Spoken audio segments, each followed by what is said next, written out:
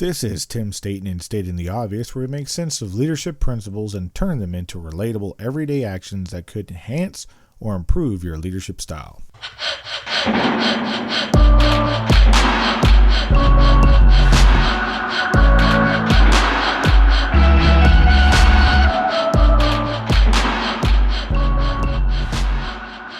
We finished up the 6-part miniseries on team building principles and how to apply them. I don't know about you, but I'm always looking for new techniques and methods to improve teams and how to build them, because where I lead, the organization is always in flux. We have 2 periods of a year where we have a high turnover, and then we have a smaller period of stability. So any way that we can build teams and integrate them and make them better, I'm always looking for new and innovative ways. So if you haven't checked out the 6-part mini-series on team building principles and the way to get after it, that would be a great place to start if you're interested in team building topics. This week, though, we're going to talk about something that I alluded into our YouTube live session with Bobby Withers, and it was my last question that I asked him, and that was something that he failed at, and it didn't go as planned. However, he learned a lot from it. Have you ever been part of an organization where they tell you it's okay to make a mistake and failure's okay, but then it turns out to be a zero-defect organization, meaning one mistake and you're gone? Have you been part of a business organization that says they're a learning organization, but seems like they keep making the same mistakes over and over again? I mean, they try to capture mistakes and failures, and they glean what they can from them. They make a way forward so they don't go down the same path, but inevitably, they always seem to make the same mistakes and not learn from their past. In this episode, we'll be talking about how failure is a good thing in many ways, and it can lead to success eventually, but it needs to be intentional.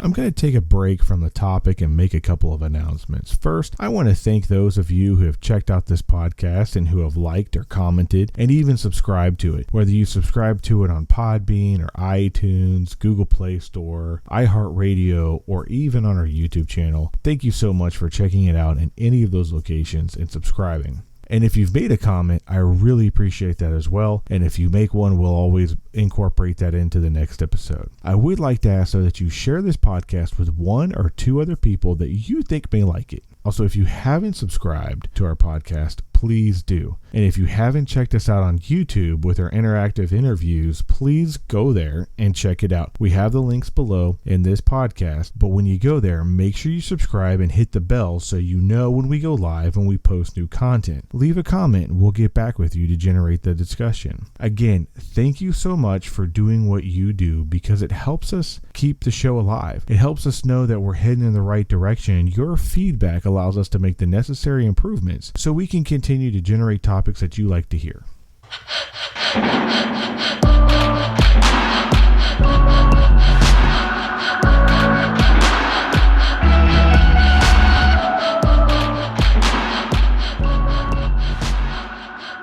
All right, first off, all the successful people you see at work or on the internet or TV, you name it, I have news for you. They weren't always successful. If you find yourself comparing yourself to others and their successes, stop. Don't do that. You don't know where they've been, and they don't know where you have been. So you can't compare where you're at in your journey and where they're at in theirs. You are where you're supposed to be so you can learn. But when it comes to leadership, if you are in a leadership position and you want people to learn and develop and you want them to grow professionally, then make sure that you treat people right and that they can do that. If you tell them when they sign up to work with you and they say, hey, we're a zero defect organization, we care about, your personal growth, your professional growth. Yes, there's some things that, are big key events that we don't want to fail at.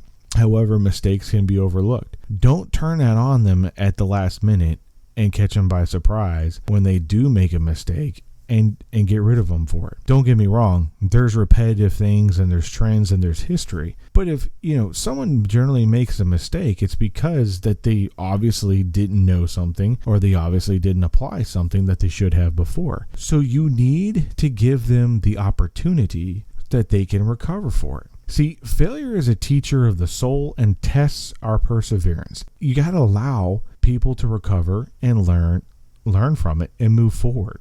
So failure is one aspect, but how you react to that and how you overcome that says more about a person than what they forgot to plan or what they forgot to do or anything else like that.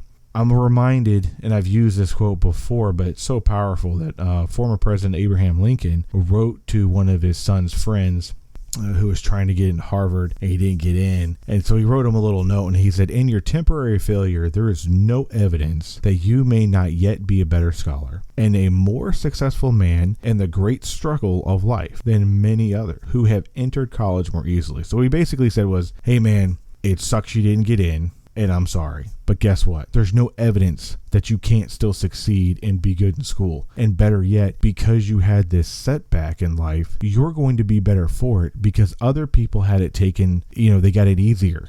You have to work for it. You had to strive for it. So you're going to learn more in the process, and you are going to be better because of it. So that's encouraging in itself, so if you ever had a recent failure or a recent setback and you're trying to do something and you couldn't, just think about that. You're going to have to overcome something and you're going to be better at it in the end anyway, because you've had to do more things than other people. And just because it looks like other people are having easy successes doesn't mean they're learning anything. They're learning that, hey, success is easy. And then when things get hard, what's going to happen to them? Where are they going to be? I know where the people who have to struggle and overcome are going to come from. They're going to overcome it because they know the struggles and the setbacks, and they're going to be better prepared and they can handle it. So if you truly are a leader that values personal and professional growth, then there must inherently be room for mistakes and failure. However, what we talked about that is how we overcome that and how we can move forward. So you have to also guide people once they do make a mistake on how to not make that same mistake again, which then kind of goes into a learning organization. But before I get into learning organizations, we have to make sure that when we talk to individuals that we work for and we work with, when mistakes do happen and failures happen, we have to understand what are the facts that led up to the mistakes. We have to understand the parameters that led up to those mistakes, and we have to document it, and not document it so that we can point it in people's faces later and say, oh, well, at this time and date you screwed up on this and this is why you weren't successful. We document it because if you don't have it written down somewhere or codified, that you and that person understand what are the factors that led to that failure, you're always going to repeat it, and you're never going to recognize when you're heading down that same path to make mistakes. So you have to write it down, you have to annotate it, and you have to constantly revise and review it to make sure that you're not heading down that path. And then if you're the leader who's taking a look at someone recovering from a failure or a setback, then you need to make sure that you're giving them the parameters so that they can be successful the next go around, so that you can allow them to show that they are overcoming and that they are getting better. And sometimes, you can set those parameters and you can help people and you can set it down and they just don't get it. But if they don't get it, it's not because they don't care. It's because they're not learning. And that's where the challenge comes into place. And sometimes, depending on the timelines of the organizations or how important something is or who the stakeholders are, unfortunately, you're going to have to get to a place to say, hey, I'm sorry, this isn't working out. It's not working out because they're a failure. It's working out because of their ability to learn and overcome, and it leads to their failure. So I would just take a look at it that way when we're dealing with individuals and failure. Failure is a great tool that teaches everybody. I've learned everything. I learn things all the time. I have tons of failures on things, and I'm still alive and I'm okay. So just think about that. So when it comes to learning organizations, what we talked about earlier, now that we've identified people failures and it's okay, and that we're going to overcome from those that we're going to learn, and it's going to create bigger successes. We also, as organizations, if you're the leader of that organization, you have to challenge everyone to take the same concept, but a step up on, and apply that to divisions, apply that to multiple aspects and processes, and how, we can overcome and become better as an organization. So I don't know how many of you have sat in meetings where we recount events. We talk about what went good, we talk about what went bad, and everyone talks about all the failures that happened and which department dropped the ball on which specific facts and who did what wrong and who was the best guy and gal and who was the worst guy and gal. And, we even care about this meeting so much that we have somebody taking notes. They write everything down. They take all the do outs and they say, hey, here's everything that we got to get better. And then the meeting's over and everyone goes about their day and they start working on the next task and they start working on the next project and start working on the next big thing. And that meeting that we just spent so much time on sometimes falls away. I'm not saying in every organization. If you're in an organization where it doesn't, that's amazing and you should probably keep doing that. But if you're in an organization where, it just falls away and you don't do anything with it, you're going to make the same mistakes because you didn't learn. All you're doing is you're saying we're a learning organization because we had this meeting. And I hate to say this, but probably somebody's in a leadership position who wants to show his boss, hey, I'm a learning leader and my organization that I'm in charge of is a learning organization. Look at the meetings that we do. That's just to check the block. If we really cared about it, when we had do outs, we would have a person or a division or an organization who was assigned and held accountable to make sure that those fixes were done. And when we go into the next project, we would bring out those issues and say, hey, last time we had these issues. Let's make sure we don't have these issues. What are we doing to get after it so we make sure we don't have these issues? And start talking about the hypothetical what ifs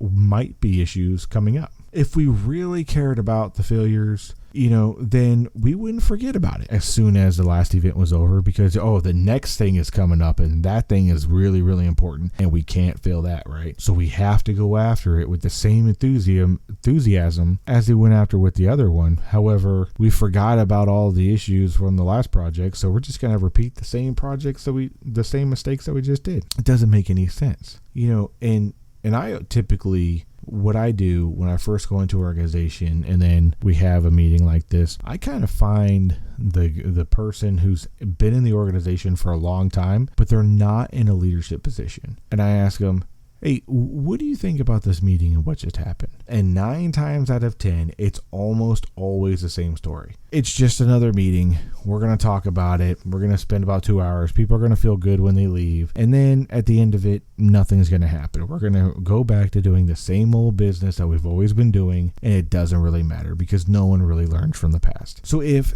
the actual operational level, and I'm going to call it operational level, the people actually doing the work become jaded because the leaders aren't doing what they should be doing and making things better for them. And then you have a meeting saying you are going to make it better for them and they're there in it and there's still no progress, there might be a problem. So you probably shouldn't call yourself a learning organization if you're still doing those things. So how do we move forward on, actually putting it into real life application? Because everybody says, I'm going to be a learning organization. I am a learning leader. I allow my subordinates to make mistakes. And then they happen. And then it's a significant and emotional event for everybody. So how do we move forward? The way forward is simple. In my opinion, you can do 3 things. 1, if people do make mistakes and fail, it's okay. It really is okay. It's not the end of the world. Yes, people are going to be upset. Yes, there are going to be some emotions behind it, but you have to guide them to help them understand where the failures were, where the friction points were, and how to move forward. The second thing we can do is you can learn from your own mistakes as a leader and learn from those mistakes of those around you and ask people, hey, last time you did something similar to this, how did it work out for you? And then don't focus on what they did good. Focus on what went bad. Ask them about the things that went wrong. Because if you can ask them about the things that went wrong, you can internalize those into your organization and make sure that you don't repeat the same mistakes that they made. And then also, if people are making mistakes in your organization, you're probably making a mistake at your own level. And so that's having a trickle down effect. So you might want to take a look at yourself and see how you can get better and how you can learn from that specific event so you don't make the same mistake. And then lastly, if you are in a learning organization and you call yourself a learning organization, then read what has been captured before. Do not have another meeting to go over what went right and what went wrong about a specific project if you haven't done the research to read what you already have captured historically. Read that, and then when you go into the next meeting, when you hear these things come out, pick out the pieces that have been made before the past and then bring it up there saying, hey, we are talking about this now. I don't know if you've known this, but the last 3 years, we've also made this mistake. Or, hey, the last 6 months, every month we have this meeting, we've made the same mistake. And you might be surprised because some people don't catch on. If you call it out that way, you would be surprised at how much people appreciate, 1, being called out and having it brought to light that there is an issue. And 2, you allow them to actually see it. Sometimes you kind of have to hold a piece of paper up to someone's face in plain black and white and say issue before they get it. So I would say those are the three things that you can do to make yourself a better learning leader. Allow people to make mistakes and recover from them so they can grow personally and professionally, and then allow your organization to grow and develop them so that way they can feel like, hey, we've made this mistakes, but we need to learn from it and grow. And hey, my boss is now holding me accountable. My leaders are now holding me accountable to my past mistakes. So let's not get confused. Two things, let's call it two things because I just realized it. One, accountability does not mean that you're punishing somebody. So it's just calling out a mistake that somebody made. So you allow people to make mistakes and then you hold them accountable to it. Like, hey, you made this mistake. Here's how we're going to get better. You can't just allow someone to make a mistake and go, oh, don't worry about it. We'll just keep moving forward. So I don't want you to get those two confused, because just because you hold people accountable does not mean you're not saying that they can't make a mistake. You got to call it out. You got to bring a light to it, and you got to bring it forward. I want to thank you for listening to today's episode of Tim Stating the Obvious, where we talked about how failures can lead to success, and it teaches us more to get better tomorrow than we are today than any successes would. But before we end, I would like to ask if you could please subscribe, comment, and share this podcast. Provide some feedback and help us generate the discussion on this subject or any other subject that you'd like to hear. If you haven't visited our Patreon site, I would love it if you would stop by there and check it out and see how you can be a part of the show and keep the content coming. And lastly, I am very interested in hearing about your stories, your experiences, to keep the discussion going. It's about how we can grow and how we can share ideas together. Our links are a great way to do that. They're listed below on our iTunes account or on our Podbean account. You can take a look at it. All of our links are there. That's a great way to ask a question, generate discussion, or even leave a comment on any of these formats, and then that'll also help generate discussion. I really hope that you enjoyed the show and you come back for another one. I'm Tim Staten, stating the obvious.